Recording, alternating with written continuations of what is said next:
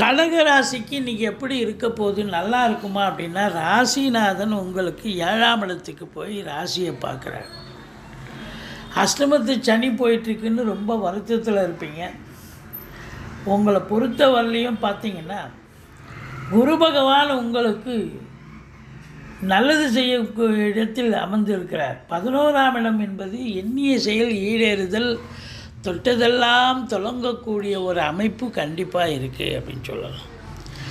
கலைத்துறையில் இருக்கும் அன்பர்களுக்கு ஒரு சிலர் இடம் விட்டு இடம் மாறி ஷூட்டிங்காகவோ இல்லை ஒரு தொழிலுக்காகவோ இடம் விட்டு இடம் மாறக்கூடிய ஒரு சூழல் ஒரு சிலருக்கு ஏற்படலாம். மற்றபடி அனுகூலமான ஒரு நாள்.